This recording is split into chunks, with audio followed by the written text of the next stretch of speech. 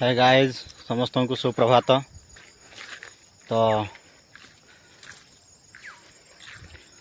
कौन करिए बोली भावुची को कंटेंटा बनेबी किसी मुंड को जुटुनी।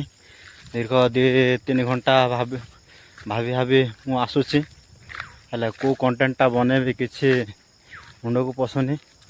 तो तो बर्तमान मु हमर पदरा आड़े जाऊँगी देखि पारुथिबे। तो देखंतु तो कंटेंट को कंटेंट बनेबी किसी मुंड को जुटनी। तो एटा को ही निज आज कंटेंटा बने दउची।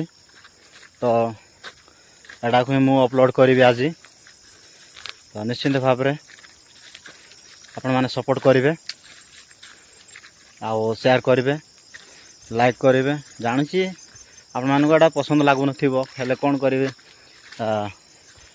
जेहेतु कंटेंट क्रिएट करने आरंभ कर दे तो जहाँ भी गोटे अपलोड करा पड़ो।